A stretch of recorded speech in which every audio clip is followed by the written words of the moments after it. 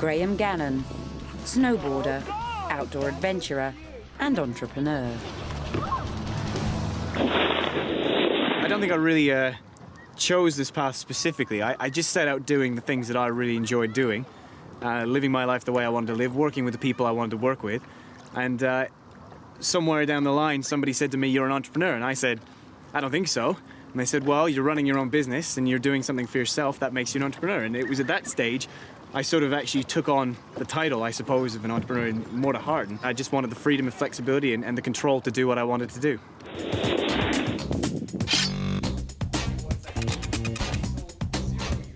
Graham's employment history is wide and varied. He's worked in radio, television, designed websites and advised companies on their marketing strategy.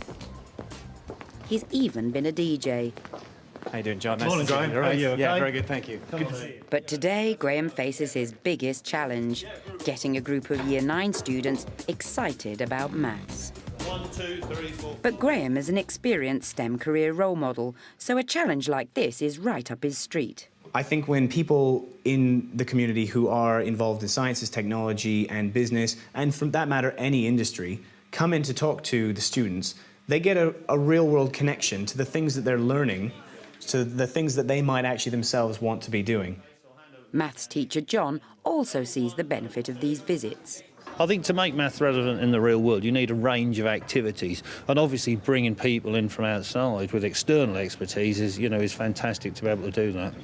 Maths for me is about decision making, it's about logic, it's about looking at numbers and the decisions behind those numbers. It's not just about adding and subtracting and doing calculus or algebra. Those are important tools, but the real point of maths is to look at a problem and try and solve it. So today the problem, if you will, is to try and outcompete the other team. Interestingly, when I was in school, I didn't actually like my maths class. And the reason was, at the time, I couldn't see what the purpose of doing the maths were. So, is this going to be a normal math lesson with 30 students? No, this is going to be a game with 5 teams, and there can only be one winner. Their task, to design, market and sell MP3 players. Each team starts with £10,000. The team that makes the most money wins. Can anybody give me a good definition of why you should put money into marketing? So it's easier to sell? What you're trying to do with marketing money is you're going to actually put away a bit of money that you can invest in trying to get your message across to people. The next thing is the sell price. What's that going to be? How much you're going to sell it for? Okay, would that be more or less than it costs you to make? More, Why? so you can make profit. Perfect. Round 1. Their first task is to come up with a team name. For some reason, fruit and vegetables are very popular. Pear, Peapod, and the French alternative to apple, de pomme. Can IP3 be successful? Or will Godzilla Inc. trample the competition? Well, we'll have to decide who our target market is first, won't we? I think we should go 15 to 35. But, yeah. The important thing is that you look at what other teams are selling them for. If every other team's selling them for 20 quid and yours are 15, I think a lot of people will buy yours because it's cheaper, even if it is not quite as good. So, how many can we get for 5,000 with selling at 30 quid? We can buy about 310. Bringing maths into the class can be tricky for a STEM career role model, so a planning meeting beforehand is crucial. Can you then give me an overview of what the task actually involves? So what exactly are they going to be doing? So they're going to have a choice of several different options of how they can build this MP3 player. They can choose from maybe a different set of headphones, several different cases, and perhaps a different type of screen that they can have. So they'll have to figure out from their starting money, if we take out this for the stock, if we take out this for marketing, how much money have we actually got left, and then tweak those numbers. So there'll be a bit of discussion and a bit of working at the table. Yeah. Once that's done, they then take it to us. We'll enter into the system, and it'll spit out the data that they'll be able to see as fast as they can get it up to us, and we can get it in exactly what their numbers have done. With the figures back from the students and entered into Graham's business simulator, it will be only seconds before the teams find out how they did in round 1. You can see this chart here is going to be the percentage of the market. How much did the percentage of the total market did each of your teams sell? You see, de pomme, they got 22% of the market, so that's very good. Godzilla Incorporated got 25, Peapod 15, Pear 14, and IP3 22.3. So it's very interesting. This right here is actually your total cash that you made. What's interesting here is DuPont doesn't actually have the most amount of sales, but they made more money than Godzilla Inc. because they probably had a higher margin. Little did the students realise how much maths was going on in this lesson. They were doing complex calculations such as percentages and getting feedback for pie charts and graphs. There was also lots of strategic planning and teamwork going on. And they were doing some quite difficult mathematics without actually realising it. So I think one of the sort of the important things in, you know, when you're actually teaching mathematics is to try and get people to do that, but in an element of understanding and enjoyment, perhaps so they don't actually realise that it's quite as difficult as they think. So what we're going to do now is you're going to take this information and you're going to use this for the next round. You're going to take your starting cash and you're going to work out how much you're going to now spend on marketing and innovation, maybe change your price to get ready for the next round. Let's go ahead and do that. After the first round in the game, DuPont managed to make the most profit, so is taking just over £13,000 into round 2. Unfortunately, Peapod lost just over £1,000 in round 1, so will have to change their strategy to catch up. A lot of the other groups are targeting the same groups that we were, so, and our product was quite expensive as well, so we'll have to alter it a bit. I think we should go less on research and development this time.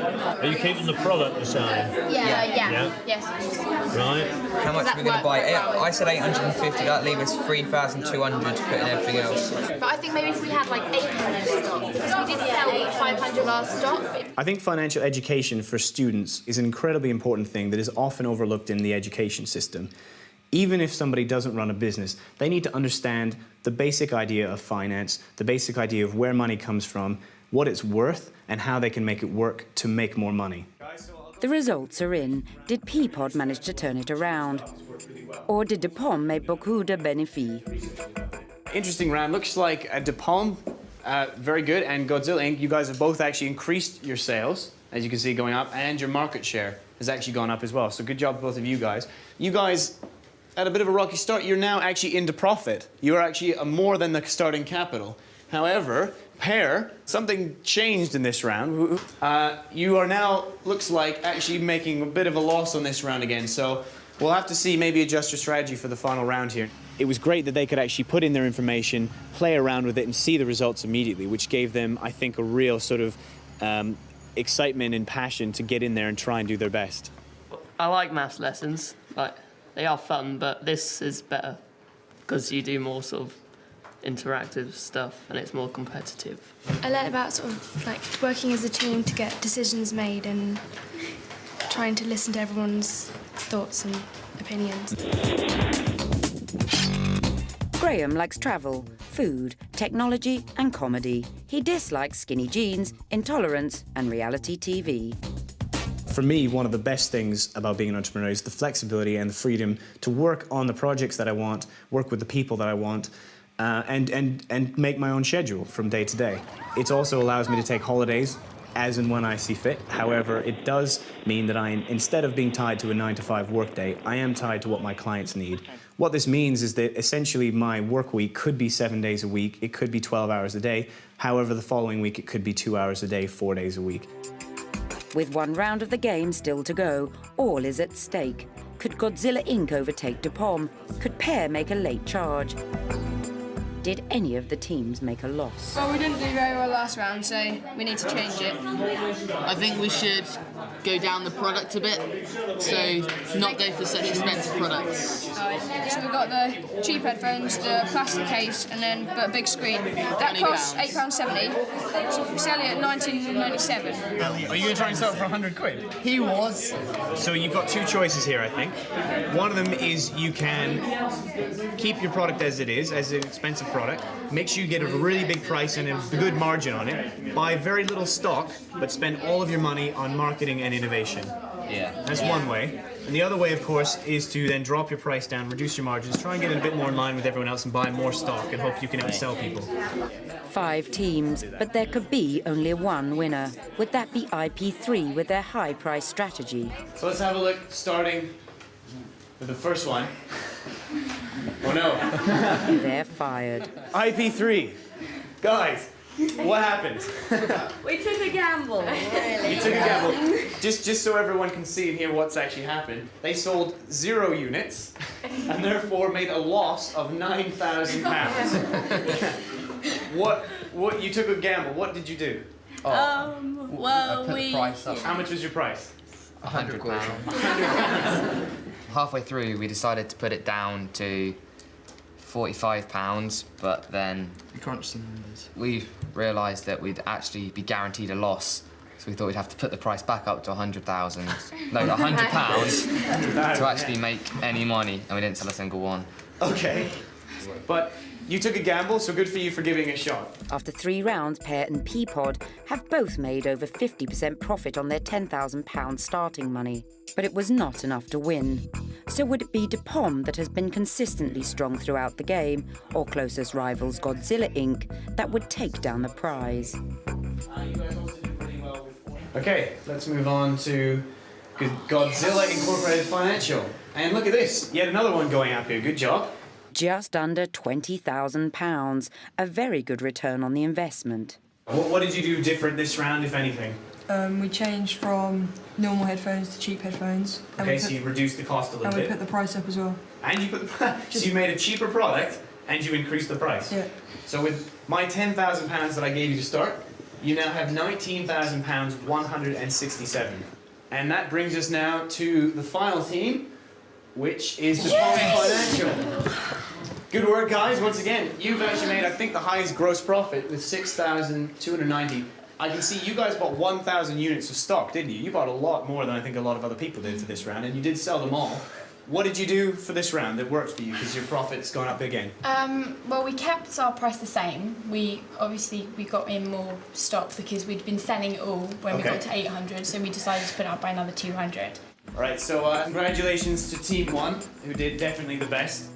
And did the winning team get to go with Graham on his next snowboarding trip? No. Maths is not necessarily just about the actual calculations that you do. It is about making decisions and about making sure that your decisions match up with a strategy. So thank you very much, guys. This has been really great today. I hope you had fun. I think it went really well today. I had a great time. The students seemed to have a good time. They looked like they were really enjoying themselves. I think it was really good to watch them get stuck into the actual problem, play around with the numbers and see results immediately after. I really enjoyed today because it was so practical and we were like our own bosses.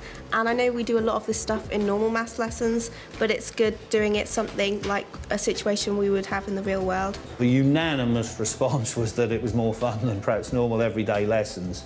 And if you can find things that are in contact, there is a genuine enjoyment there. Often you sit and look at the book and think, when am I ever going to have to use this? And then actually doing something with business, it helps you understand more and enjoy it more.